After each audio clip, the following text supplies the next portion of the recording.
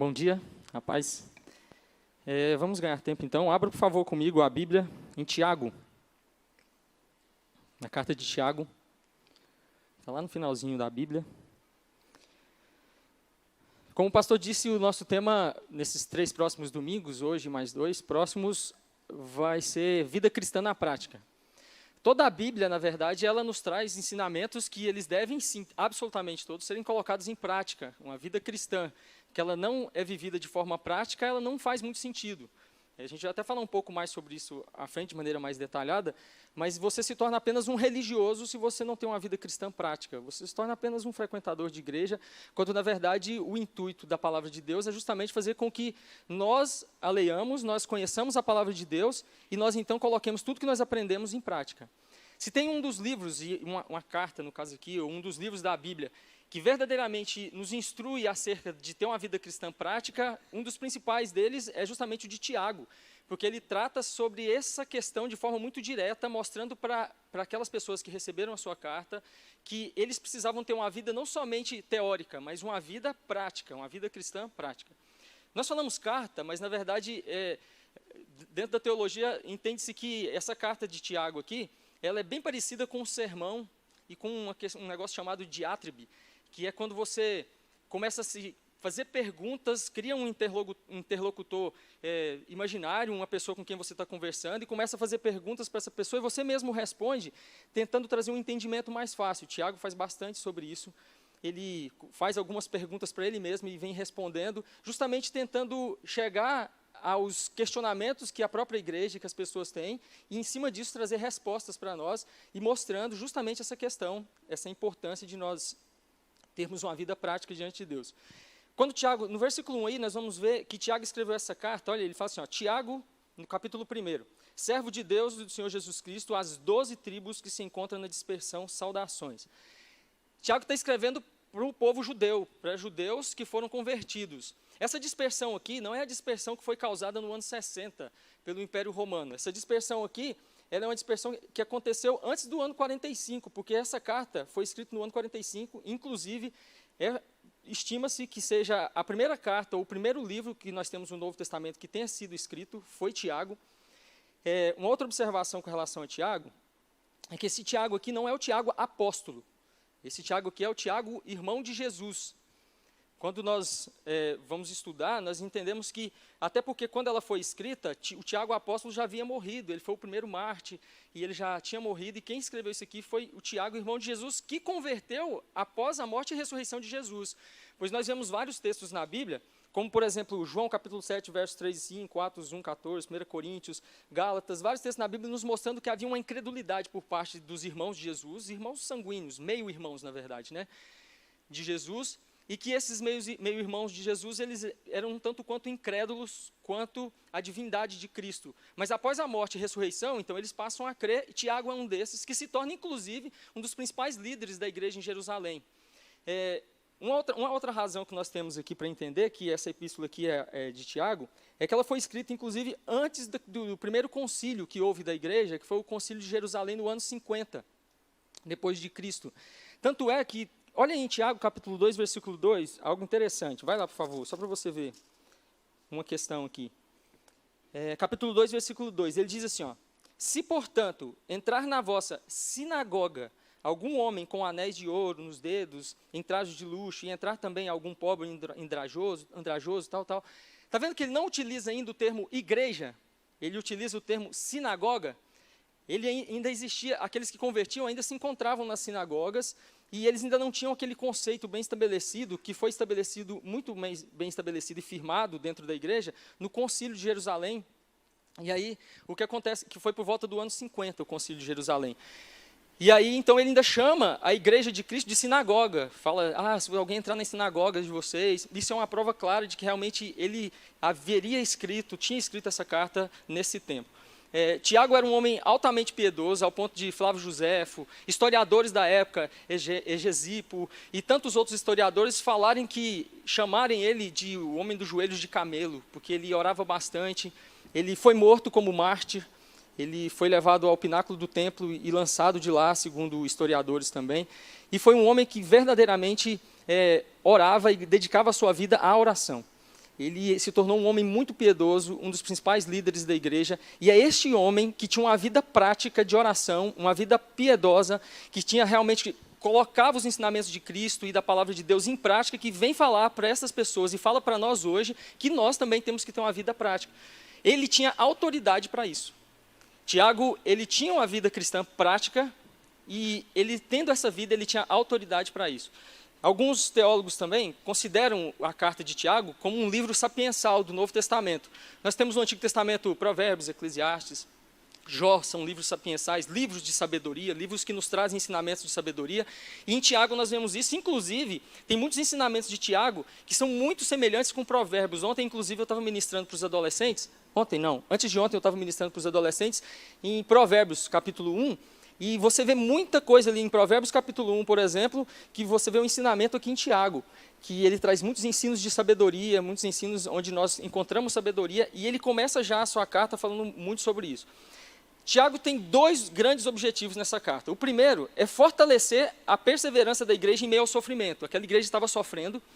Ele não relata, como, por exemplo, Paulo, nas suas cartas, cita bastante alguns problemas que estão acontecendo na igreja, o que está acontecendo. Ele não traz detalhes a respeito, mas entende-se que os problemas eram perseguições, doenças, opressão por parte de pessoas poderosas, privações que aquela igreja estava sofrendo, porque haviam convertido, conhecido Cristo, e estavam sendo perseguidos por isso, por parte dos seus patrícios, por parte dos próprios judeus. Então, um dos primeiros objetivos dele, mas que ele não gasta muito tempo, é trazendo para a igreja um conforto e ensinando a igreja a viver em meio ao sofrimento. Falando para ele assim, como deve ser a prática de vocês diante desses momentos de sofrimento, de luta, de angústia, de problemas. Como deve ser a prática de vocês? Qual deve ser a atitude de vocês? Ele vem trazendo justamente isso e falando isso. O segundo objetivo, eu até já falei de maneira rápida aqui, só uma observação. Uma questão importante que ele fala na carta, agora a gente vai ler os textos aqui, é que o fato, ele mostra isso de maneira clara, o fato de nós estarmos em Cristo não significa que nós não vamos passar por lutas ou dificuldades. Mas, pelo contrário, às vezes isso pode até nos trazer lutas e dificuldades, e aí ele traz um conforto para a igreja, mostrando isso, que o fato deles estarem em Cristo não impedia deles passarem por lutas e dificuldades, mas que eles tinham que adotar uma postura muito cristã, na verdade, e uma postura muito prática diante daquelas lutas e dificuldades que eles estavam passando. O segundo objetivo, que é o maior da carta que nós vemos aqui, é que ele queria tratar questões a respeito da igreja ter uma vida prática, como eu já disse aqui para vocês. Pega a Bíblia, então, de vocês aí, e nós vamos dar uma olhada em alguns textos aqui, em Tiago 1 e capítulo 2, para nós irmos entendendo e vendo quais são os conselhos, o que Tiago fala para nós aqui. No capítulo 1 aqui, no versículo 2, do versículo 2 até o versículo 4, ele começa a falar sobre a igreja passando por aquelas provações e tal, e como ela deve fazer isso de forma prática. Ele diz assim, meus irmãos, tende por motivo de toda alegria o passardes por várias provações, sabendo que a provação da vossa fé, uma vez confirmada, produz perseverança. Ora, a perseverança deve ter ação completa, para que sejais perfeitos e íntegros em nada deficientes. O que ele está dizendo aqui? Que o passar pelas provações, diante de nós que somos cristãos, não deve ser um motivo de murmurações, de distanciamento de Deus, de reclamações, mas de forma prática, a igreja, diante das tribulações, deve ter por motivo não somente de alegria, mas de toda a alegria, passar por aqueles momentos. E aí você fala, mas qual é a razão de ter alegria diante de momentos de tribulação? Por que Tiago fala que eu tenho que me alegrar? E não somente me alegrar, eu tenho que sentir toda a alegria possível por estar passando por momentos de tribulação. Porque ele chega à conclusão de que o passar por momentos de tribulação é um método que Deus usa para nos fortalecer e gerar crescimento em nós através da perseverança. Quando eu vejo que as tribulações estão vindo, que existem dificuldades, que existem problemas, eu preciso ter a consciência de que Deus não deixou de ser soberano e que Deus não perdeu o controle da minha história ou da história de toda a humanidade. Deus está no controle. Se aquilo está acontecendo, é porque eu sei que o meu Deus está no controle e existe um propósito em tudo. Por isso eu devo ter como motivo de toda alegria, porque nisso eu estou sendo perseverante e na minha perseverança eu estou crescendo. Esse é um dos primeiros ensinamentos que ele traz para aquele povo, para aquelas pessoas e que traz para nós, para que a nossa vida cristã prática seja essa. No entanto, o que nós observamos é que nós normalmente temos uma atitude um tanto quanto diferenciada. Nós não agimos muito bem diante das tribulações e das lutas com alegria, mas na maioria das vezes nós agimos com murmurações, questionamentos, questionando a Deus, por que Deus isso comigo, ou por que isso com fulano, quando na verdade nós devemos nos alegrar. Parece algo meio sadomasoquista, né? Tipo assim, nossa, eu vou me alegrar com a dor, com o sofrimento, mas não é. É simplesmente você tendo a possibilidade, tendo a chance de demonstrar para Deus que você o serve não somente pelas circunstâncias, mas que você o serve e o ama independente das circunstâncias. Tiago nos ensina isso. No capítulo 5 ao verso 8, deixa eu dizer uma coisa, eu quero ver se eu consigo tratar com vocês o capítulo 1 e o capítulo 2. E aí, ao invés de ler todo o capítulo e depois voltar, eu vou lendo os versículos, vou lendo os capítulos aqui, dentro dos capítulos, e nós vamos tratando e entendendo o que Tiago está nos dizendo acerca disso. Eu vou tentar dentro do nosso tempo aqui. No capítulo 5 ao verso 8, do versículo 5 ao verso 8 do capítulo 1, ele diz assim, se, porém, algum de vós necessita de sabedoria, peça a Deus, que a todos dá liberalmente, e nada lhes impropera, e ser-lhe-á concedida. Peça-a, porém, com fé, em nada duvidando, pois o que duvida é semelhante à onda do mar impelida e agitada pelo vento. Não suponha esse homem que alcançará do Senhor coisa alguma. Homem de ânimo dobre, inconstante em todos os seus caminhos. E aí ele mostra para a igreja que se a igreja está passando por perseguição, essa igreja deve ser uma igreja que se alegra diante dessa perseguição. Só que olha o que ele diz. Se, porém, algum de vocês necessita de sabedoria, esse se, porém, necessita de sabedoria, está se referindo ao texto anterior. Ou seja, mas se tem alguém entre vocês que não consegue passar pelas provações e tribulações com alegria, entendendo que Deus é soberano e está no controle da sua história, então você é falto de um pouco de sabedoria. Então, peça a Deus. Se existe em nós essa falta de capacidade, ou se nós não temos essa capacidade de, diante das adversidades, olharmos e termos uma atitude, uma vida prática, de gratidão a Deus, de alegria diante disso, ele está dizendo, tem faltado alguma sabedoria. Então peça a Deus. Você não está diante de um problema insolúvel, de um problema que não tem solução. Você está assim? Então deixa eu te dizer aqui, o problema é esse. Então agora faz o seguinte, pede a Deus sabedoria que te dá liberalmente. Gente, esse termo liberalmente aqui, quando você lê ele, você vai estudar ele de maneira aprofundada, está dizendo que Deus está assim, ó, já existe uma predisposição no coração de Deus para te dar sabedoria. Não é que Deus está lá retendo a sabedoria e você tem que chegar e implorar a Deus e dizer assim, Senhor, me dá sabedoria, eu preciso de sabedoria. E Deus, não, pera, vou ver, daqui a um tempo, vamos ver como é que você vai se comportar. Não é isso. Quando ele diz assim, ó, que Deus nos dá liberalmente, a intenção do texto é nos dizer, ele já está com a sabedoria à sua disposição, basta você chegar e pegar e pedir, porque existe uma predisposição já no coração de Deus para te dar toda a sabedoria, porque ele é a fonte de toda a sabedoria. Quando nós lemos, por exemplo, Provérbios, nós vemos ali que a sabedoria, inclusive, ela é personificada. Você vai ler Provérbios, a sabedoria fala conosco como se fosse uma pessoa. Eis que estou às praças, clamando, falando para vocês, vocês não me dão ouvido. É porque a sabedoria é o próprio Cristo. Cristo já está, a Bíblia já coloca para nós que ela está à nossa disposição, bastando você apenas dizer, eu quero. Não é algo que está distante, não é algo que... O problema é que muitas vezes nos falta a segunda parte do texto, que é pedir com fé. Nós achamos que é algo difícil, inatingível. Você olha para as pessoas que são sábias, ou pessoas bíblicas, autores bíblicos, histórias bíblicas que mostram pessoas sábias, você fala assim, é muito difícil ser alguém sábio. Não, sabedoria não é conhecimento adquirido pela condição humana. Sabedoria é uma capacidade te dada pelo próprio Deus. Ela não está relacionada à sua cultura intelectual, se você tem doutorado ou se você é um analfabeto. Deus pode dar sabedoria para um analfabeto e pode dar sabedoria para um doutorado. Para quem tem doutorado, sabedoria é algo que Deus te dá. Se você sente que há falta disso, Deus dá liberalmente. E olha o que ele fala aqui, ó, e nada lhes impropera. O que é esse impropera? Deus não vai reter de forma alguma. A ideia aqui é a seguinte, é como se você fosse lá e orasse e falasse, Deus, me dá sabedoria. Você sente que Deus, quando Deus te dá sabedoria, você sabe. A sua vida muda, você vê que as suas atitudes são outras. E aí você quer mais sabedoria. O que o texto está dizendo é assim, ó, quanto mais você quiser sabedoria, pode continuar pedindo, porque Deus não vai te dizer assim, ó, você está aqui de novo me pedindo sabedoria? Eu já te dei sabedoria semana passada. Não, peraí. Vamos parar aqui. Nada lhes impropera. É algo que você pode constantemente continuar pedindo a Deus para tomar suas decisões, para agir, para ter uma vida cristã prática. Quando ele fala sobre sabedoria, ele está falando justamente sobre isso. E aí ele entra justamente nessa questão de que a sabedoria, ela é totalmente inútil, ou na verdade, a ideia que ele passa é que ela nem existe na vida da pessoa que diz tê-la, mas que não vive de forma prática a sabedoria. Porque a sabedoria ela só pode ser evidenciada na prática. Eu falar um monte de coisas e dizer um monte de coisas que parecem ser sábias é muito fácil, mas as pessoas só vão ver se eu realmente sou sábio se a minha vida prática demonstra sabedoria. E é o que ele fala de maneira muito clara aqui, do verso 5 ao verso 8. O sábio prova a sabedoria na prática, e Deus é a fonte de toda sabedoria e nos dá liberalmente. Se você diz, eu sou sábio, mas a sua vida prática não demonstra isso, Tiago vai nos mostrar aqui de maneira clara que não existe nenhum valor nisso. E aí ele fala assim, no verso 6, peça, porém, com fé, nada duvidando. Não duvide. Como eu já te disse, não é algo que Deus está retendo. Não é algo que Deus está ali, não sei se eu vou dar. Ele já está com a predisposição de nos dar liberalmente a sabedoria. E quanto mais você quiser, peça. Quanto mais você quiser, peça. Porque nada vai lhes improperar. Ele não vai impedir, ele não vai colocar obstáculo para poder te dar mais e mais sabedoria. Ok? No verso 9 ao verso 11, diz assim, olha aqui. O irmão, porém, de condição humilde, glorie-se na sua dignidade e o rico na sua insignificância, porque ele passará como a flor da erva.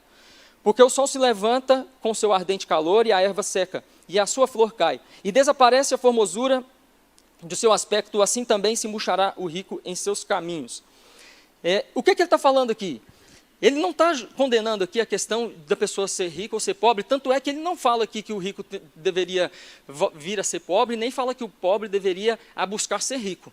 Você fala que o pobre tem que se contentar na sua dignidade, e o rico ele precisa se humilhar aqui, ele está falando aqui na sua insignificância, deixa eu ver aqui, o rico deve se humilhar também na sua insignificância.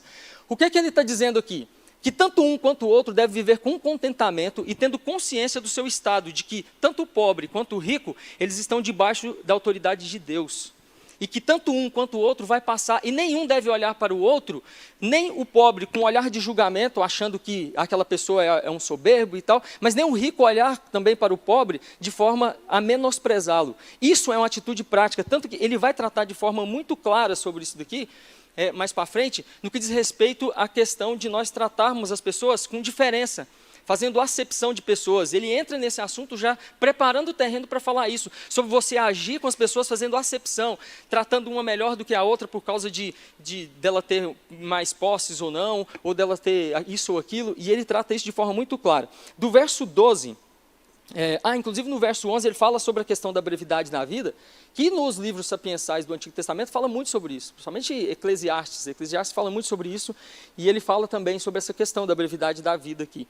Do verso 13 ao verso 15, ele fala sobre a responsabilidade humana, que nós não temos direito de culpar a Deus pelos males da nossa vida.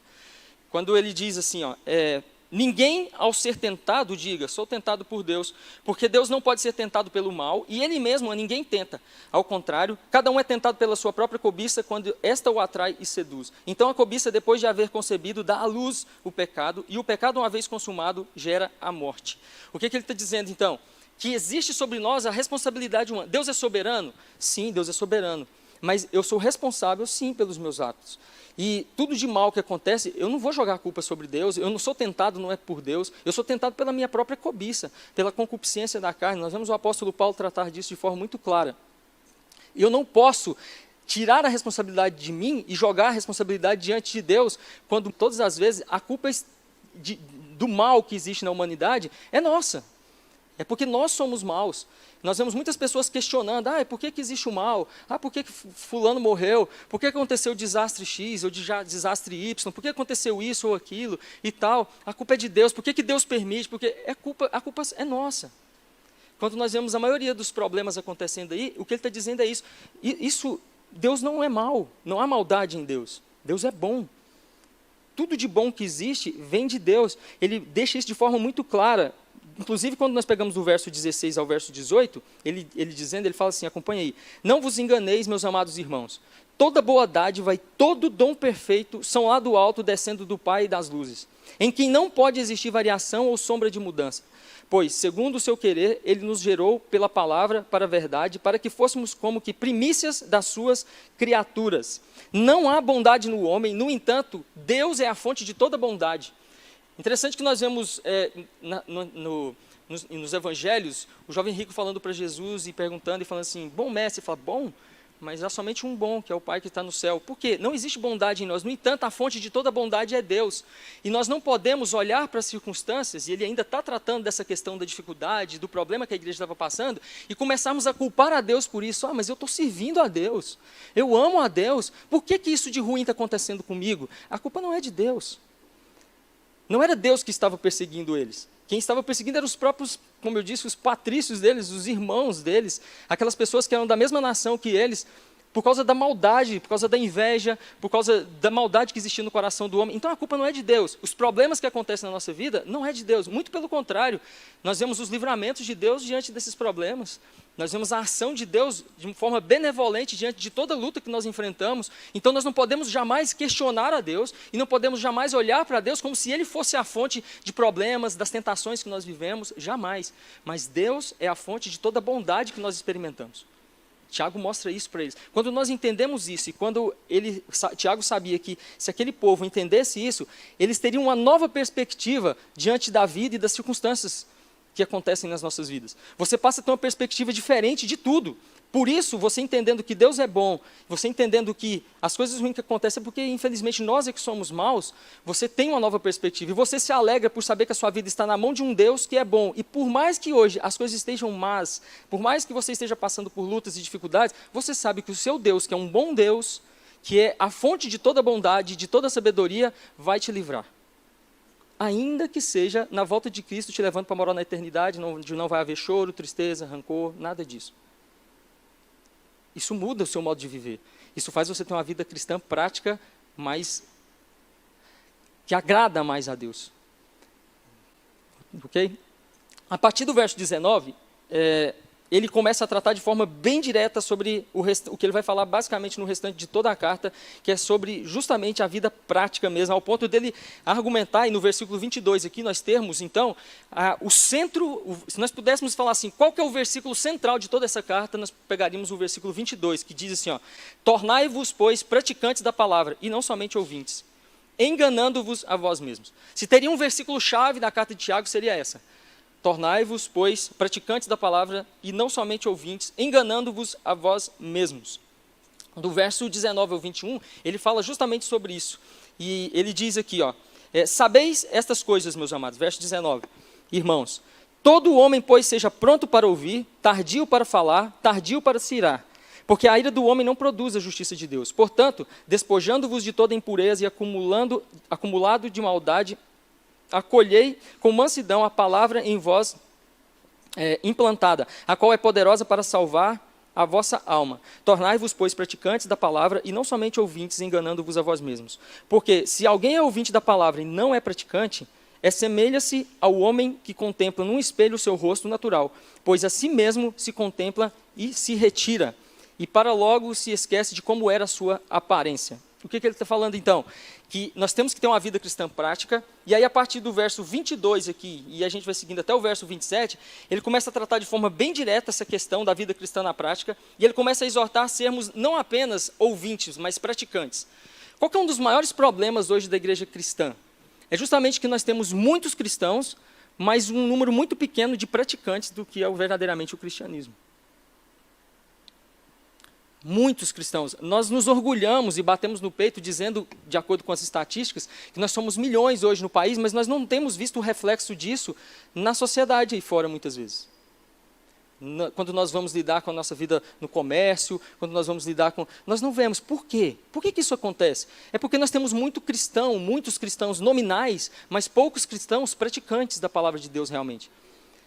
Nós que somos cristãos, temos nos igualado muito às pessoas que estão lá fora, ao ponto de ter se tornado difícil nós distinguirmos uma pessoa que é cristã de uma pessoa que não é, que seja talvez até um ateu. E eu estava até conversando com um adolescente recentemente, acho que foi antes de ontem, e a gente falando, e ele falando assim, cara, mas por que então existe, por exemplo, se Deus, eu estava falando sobre essa questão da bondade, e que Deus é a fonte de toda justiça, de toda bondade, por exemplo, então o que explica, por exemplo, um ateu que ele é um cara justo, é um cara bom, é um cara que tem um senso de moralidade. É porque nós vemos aí fora que Deus, esse senso de moral, esse senso de bondade, de justiça, é colocado e imposto por Deus em toda a sociedade, todo mundo tem isso. Ao ponto de nós vermos que pessoas que talvez sejam ateus, pessoas que não professam a fé cristã, muitas vezes são muito mais morais, muito mais justos do que às vezes nós que somos cristãos. Isso é fato, nós observamos isso, de maneira clara nós vemos isso acontecer aí fora. O que não os justifica diante de Deus, porque o que nos justifica diante de Deus não é a nossa justiça própria, mas são os méritos de Cristo e a justiça de Cristo através das nossas vidas. Eles não são justificados por obras, assim como nós não somos. No entanto, nós vemos isso acontecendo aí fora, e aí o que tem gerado problema é que nós vemos muitas vezes pessoas que são ateus e pessoas que nem creem, nem frequentam a igreja, serem parece que muito mais morais, muito mais justos, pessoas muito mais corretas do que nós que somos cristãos e que deveríamos colocar em prática absoluta a palavra de Deus, até porque nós a conhecemos muito mais do que aqueles que estão lá fora. Essa era a preocupação de Tiago.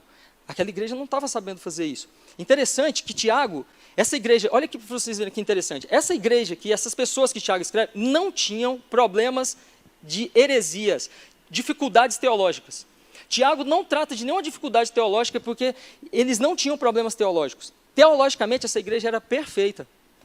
Nós vemos, por exemplo, Paulo falando de suas cartas, de um monte de problemas teológicos em Éfeso, em Gálatas, em Coríntios. Ele trata, em Romanos, a carta mais teológica, que ele trata de um monte de problemas teológicos que haviam naquela igreja. No entanto, Tiago não trata, porque essa igreja é uma igreja teologicamente sadia. No entanto, eles tinham muita teologia, tinham muito conhecimento, mas não tinha prática nenhuma. Diante disso, não adiantava nada. Eles não estavam tendo uma vida prática. Essa é a exortação. Hoje nós somos basicamente isso, a maioria de nós. Hoje nós temos muito conhecimento, temos acesso a conhecimento de maneira muito fácil, pela internet, YouTube, grandes pregadores, você escuta, você pode ler os livros que você quiser, nós temos a Bíblia nas versões que nós quisermos, que nós nos adaptamos melhor, mas a nossa vida prática talvez não tenha sido condizente com a quantidade de informação e com a quantidade de teologia que nós recebemos. É isso que Tiago está tratando com aquela igreja. Ele diz também, no verso 22 ao 26, ele fala enfaticamente, ele deixa claro que a religião sem prática não tem valor. Aquele que só ouve e não pratica, esquece. Você esquece. Tanto que no versículo 25, ele chega a tratar da questão da negligência. Ele fala, vocês estão sendo negligentes. Se você só ouve, mas você não tem uma vida prática, eu estou aqui ministrando hoje em Tiago para vocês. Vocês estão ouvindo um monte de coisas. Se vocês não chegarem em casa, pegar a Bíblia e vocês estudarem Tiago e começarem a pegar os princípios de Tiago e colocar em prática, daqui 2, 3, estou sendo otimista, mas daqui 2, 3 semanas ninguém vai se lembrar de mais nada disso aqui, ou vai se lembrar de uma outra coisa. Eu lembro que o Ralph falou alguma coisa, mas não me lembro muito bem. Agora, começa a colocar em prática. Ele fala a questão do espelho, nós temos que nos lembrar que o espelho daquela época não era esse espelho que nós temos hoje.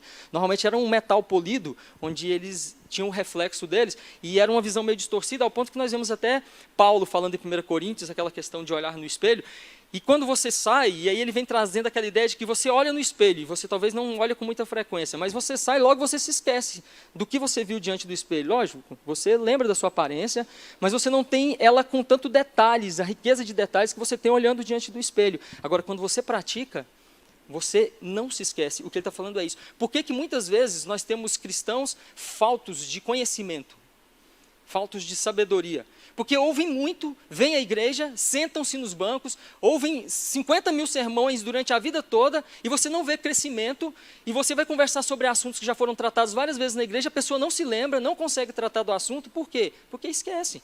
Não colocou em prática, vai esquecer. Vai esquecer.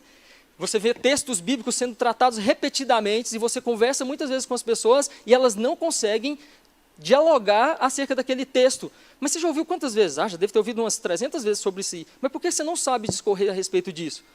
É porque não coloca em prática. Porque você coloca em prática, você não se esquece. Você tem experiência para contar. Aquele texto fala sobre isso, eu vivi sobre isso. A minha vida, eu tenho pautado ela nisso. É o que ele está falando. Você não vai se esquecer se você pratica a palavra de Deus. Mas se você só se senta nos bancos, e você levanta e vai embora, você vai se esquecer rapidamente. A questão da negligência é justamente essa questão de... E aí, aqui a negligência, ela traz um conceito de pecado. Porque você conhecer e você não praticar é pecado. Ele vai tratar, ele até fala disso de maneira muito clara.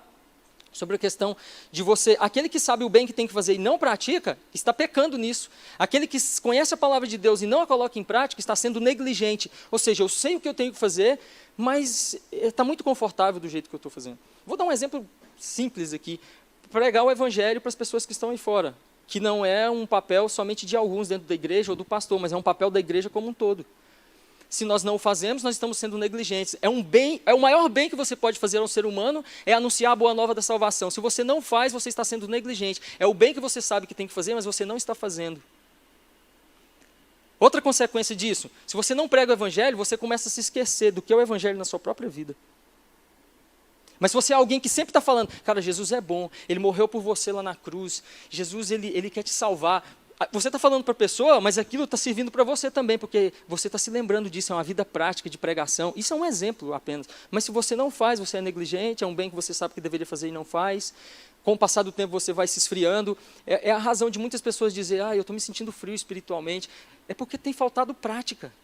Começa a colocar a sua vida cristã na prática, começa a viver o cristianismo e não somente falar e ouvir, mas começa a viver o cristianismo para você ver.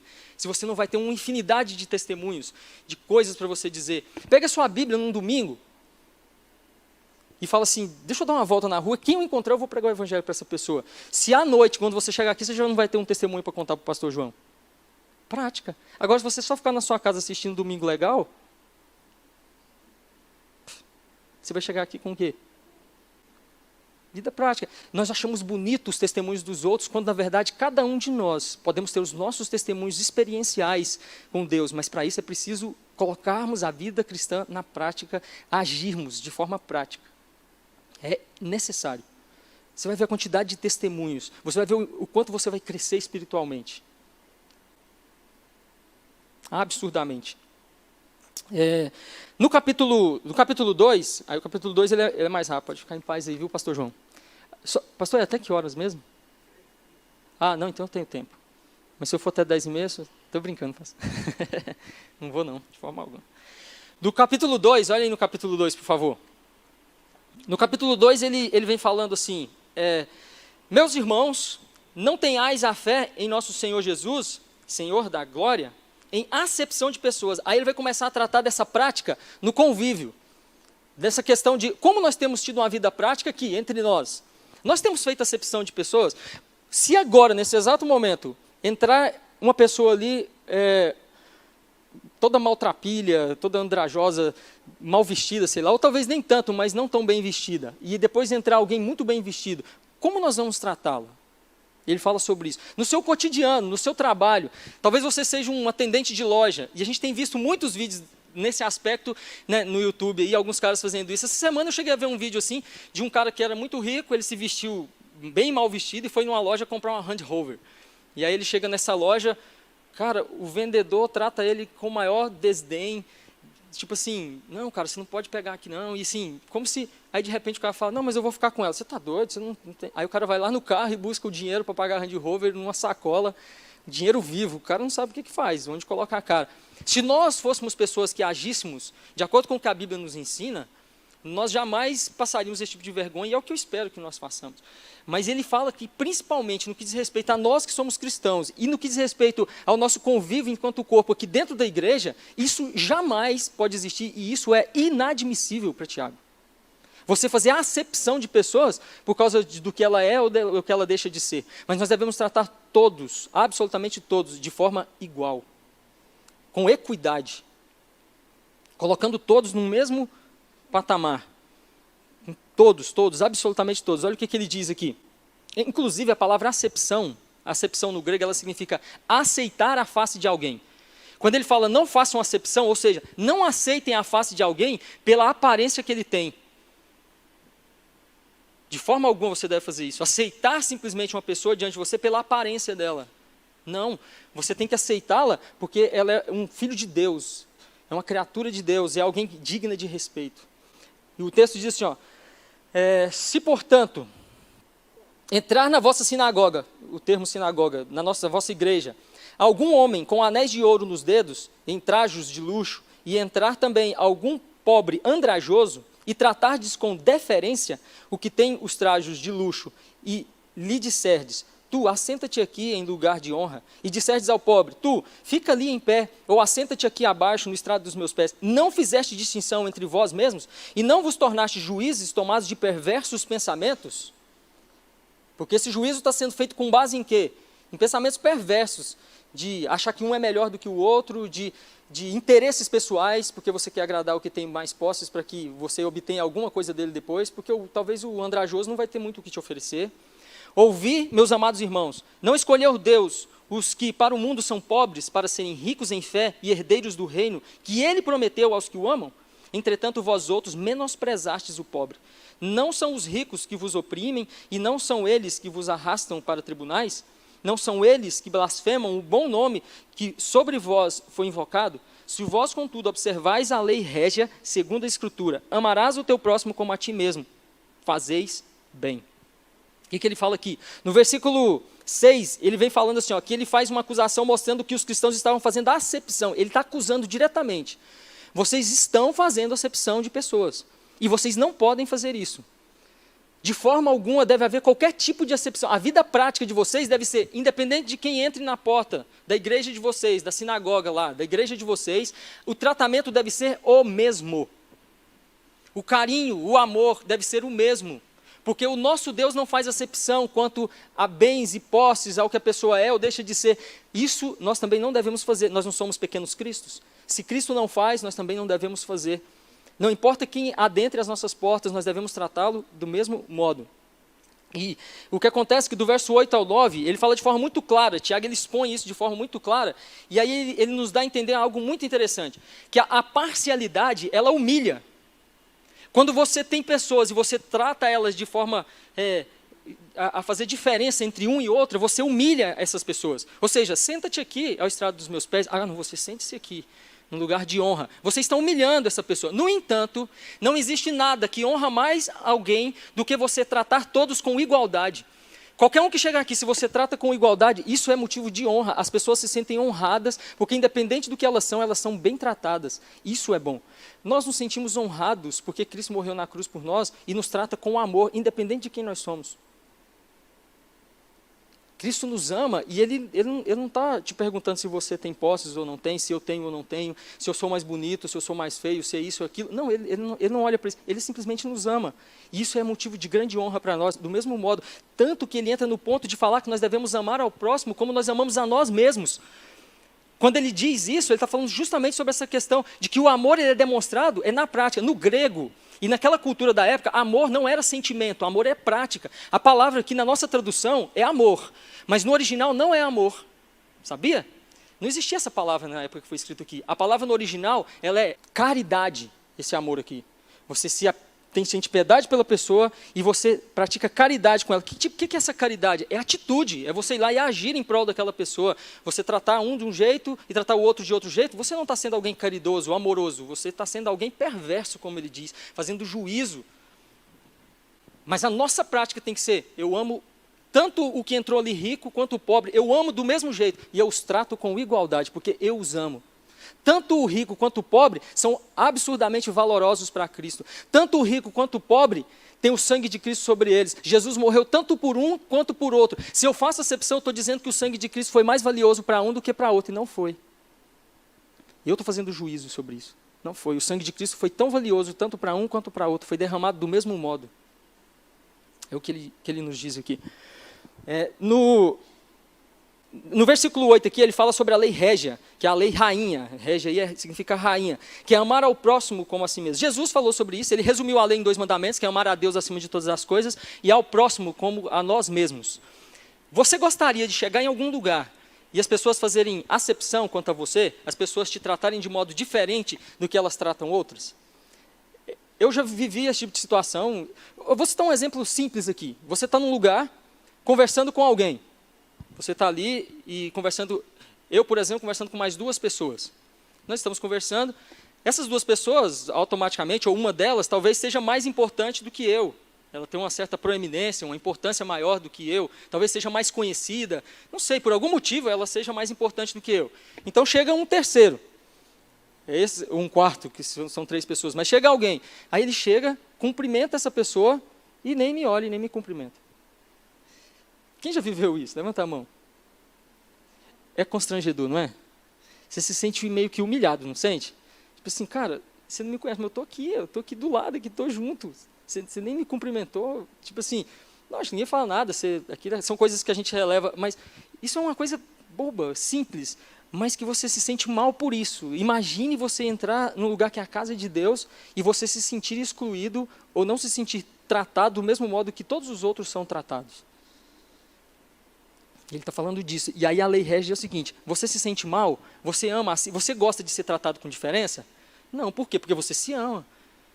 Você não quer ser humilhado, você quer ser honrado. Então, faça o mesmo pelos outros. É o que ele está dizendo.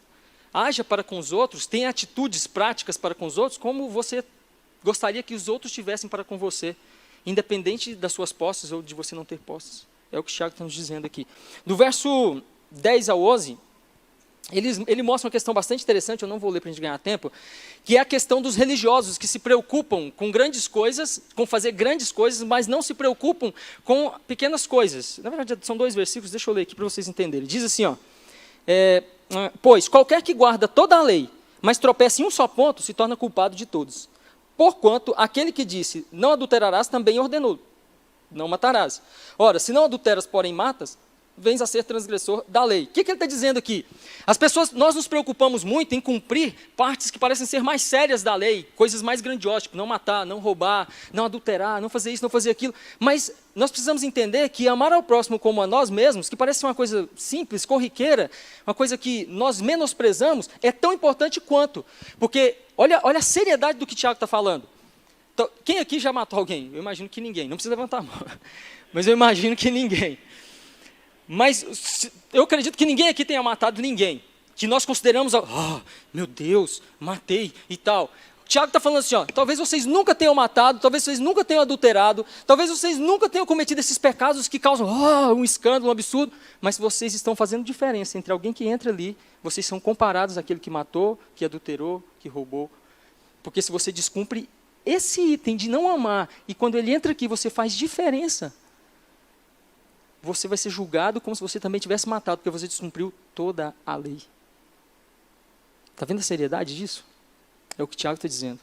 Se você descumpre esse item, olha que coisa, gente, pensa, nós já fizemos, cara, nós fazemos isso. Muitas vezes não por maldade, talvez às vezes a gente, mas talvez se torna normal.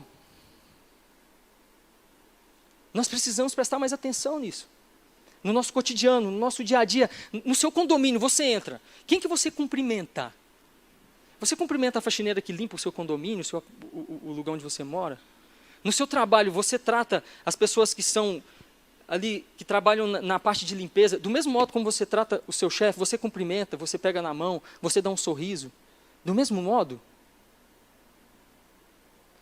Se você não faz a sua vida cristã, está tendo uma falha, você está descumprindo um item da lei que está te igualando a assassinos, a adúlteros, a ladrões. Reflita sobre isso e comece a tratar todos com igualdade, porque isso também ganha pessoas para Cristo. O pastor João, ele sempre conta alguns testemunhos, e eu me lembro de um muito nítido, que ele conta que ele morava num outro prédio, e ele sempre que ele entrava, ele cumprimentava o porteiro. Vocês lembram do senhor contar isso? E acabou que ele cumprimentava com muito carinho, dava muita atenção. E outro dia também ele estava contando ele contou aqui também do guarda lá, né? De tratar essas pessoas assim. E ele contando que acabou que ele ganhou muito a estima daquela pessoa por tratá-la daquele modo, ganha o respeito. Nisso, o que gerou para ele? A oportunidade de falar de Cristo e pregar Cristo para esse homem. Comece a tratar as pessoas assim, e Deus, através disso, te dá além de qualquer coisa, a oportunidade de tratá-las e de pregar o evangelho. Agora, se você trata as pessoas com diferença, aí depois você vê o cara lá e quer falar de Jesus. Cara, você nunca nem me cumprimentou aqui, aí porque a sua igreja agora está fazendo um evangelismo, você vem falar de Jesus para mim?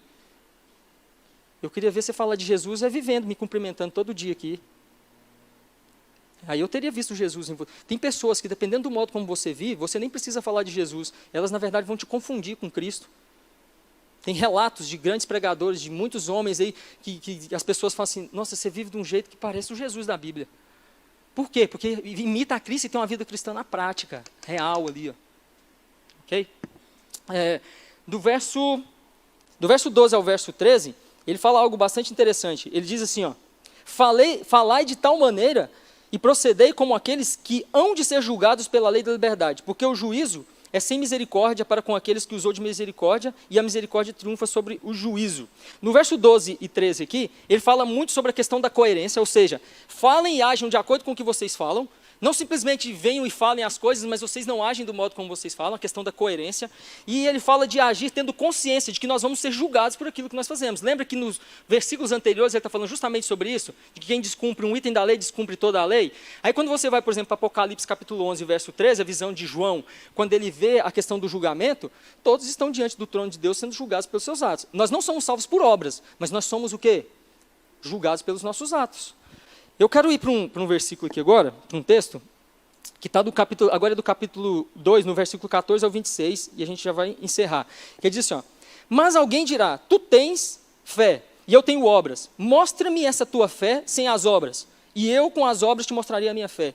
Crê tu que Deus é um só? Fazes bem. Até os demônios creem e temem. O que ele está dizendo? Não adianta nada nós dizermos que cremos, mas nós nos tornamos apenas hipócritas, falando que acreditamos, que temos fé, mas não colocamos a nossa fé em prática e não temos temor de Deus. Porque se tivéssemos temor, tudo aquilo que nós conhecemos e sabemos, nós colocaríamos em prática, porque sabemos que nós seríamos julgados por isso. Ele está falando, gente, ele está falando que o diabo, nessa condição aqui, ele se coloca numa condição superior à nossa, porque o diabo, ele crê e ele treme diante de Deus. Nós muitas vezes falamos que cremos e nós não tememos, porque nós não agimos. Ele diz aqui, ó, e continua, verso 21. Fazes bem, até os demônios creem e tremem. Quando queres, pois, ficar certo, ó homem sensato, de que a fé sem obras é inoperante. Não foi por obras que Abraão, nosso pai, foi justificado, quando ofereceu sobre o altar o próprio filho Isaque? Vês como a fé opera juntamente com as suas obras? Com efeito, foi pelas obras que a fé se consumou. E se cumpriu as escrituras, a qual diz, ora, Abraão creu em Deus e isso lhe foi imputado para a justiça, e foi chamado amigo de Deus. Verso 24, verificais que uma pessoa é justificada por obras, e não por fé somente. Esse versículo aqui, eu vou explicar ele de maneira bem clara para vocês. De igual modo, não foi também justificada por obras a meretriz Raabe, quando acolheu os emissários e os fez partir por outro caminho? Porque assim como o corpo sem espírito é morto, assim também a fé sem obras é morta. Eu quero falar de maneira clara aqui sobre esse versículo 24. Nós somos justificados pelo quê? Pode falar. Fala alto. Pelo quê? Pela fé. Mas espera aí, Tiago está falando que não é.